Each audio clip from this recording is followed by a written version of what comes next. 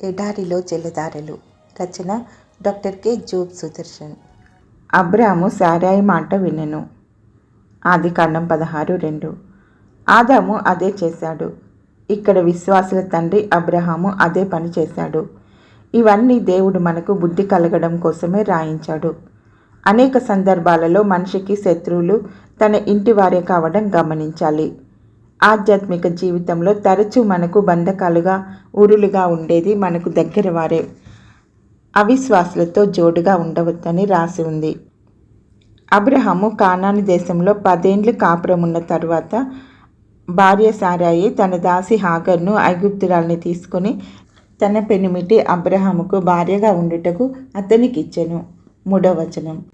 ఈ చర్య అంతటిలో ఇమిడి ఉన్న ఆధ్యాత్మిక సత్యాలకు అబ్రహాము జవాబుకు చక్కటి వ్యాఖ్యానం గలతీ 4:22-26లో ఉంది. అబ్రహాము దేవుని వాగ్దానం కోసం కనిపెట్టగా సారాయి మాట విని హాగర్ను స్వీకరించడాన్ని బట్టి అబ్రహాము దాస్యం అనే బంధకంలో చిక్కుకుపోయాడు. దీనిని మన జీవితాలలో పోల్చుకోవచ్చు.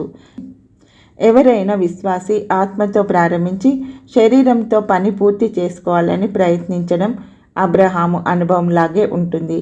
అబ్రహాము సారాయి మాట విని శోధనకు లొంగిపోయిన దాని పరిణామం వెంటనే కనిపించింది.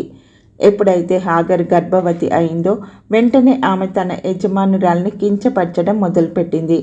అంటే తన దృష్టిలో సారాయి క్రింద స్థాయిలో ఉన్నట్టు, తాను పైనున్నట్టు ఊహించుకుంది కాబోలు.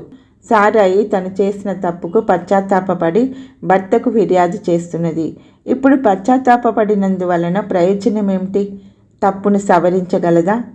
నా ఉసురు నీకు తగులును, నేనే నా దాసిని నీ కౌగిటికిచ్చిన తర్వాత తాను గర్భవతినైతినని తెలుసుకొనినప్పుడు నేను దాని దృష్టికి నీచమైన దానినైతిని. నాకును నీకును యెహోవా న్యాయము తీర్చునుగాక. 5వ వచనం అంటున్నది.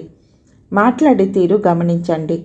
తప్పుడు సలహా ఇచ్చింది తానే, తాను ఆశించిన ఫలితం బెడిసి కొట్టేటప్పటికీ భర్తను నిందిస్తున్నది. మనిషి నైజం ఇదే. తన పొరపాట్లను కప్పిపుచ్చి తనకు కలిగిన కడగండ్లకు దేవుణ్ణి లేదా సైతానును నిందిస్తుంటారు. విచిత్రంగా లేదా? అందుకు అబ్రాము, ఇదిగో నీ దాసి నీ చేతిలో ఉన్నది, నీ మనసు వచ్చినట్లు దాన్ని చేయమని సారాయితో చెప్పాడు. 6వ వచనం. సారాయి చేసిన తప్పును తన మీద వేసుకోవడం ఇష్టం లేక అబ్రహాము ఆమె నాటిన విష వృక్షాన్ని తానే ఏదో చేసుకోమని సలహా ఇచ్చాడు.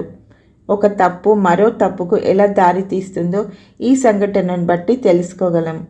తన భార్య చేసిన తప్పును కుటుంబ యజమానిగా సరిచేయవలసిన తాను తన బాధ్యతలను భార్య చేతిలో పెడుతున్నాడు. ఇది దైవ క్రమం కాదు. కుటుంబానికి అధిపతి భర్త.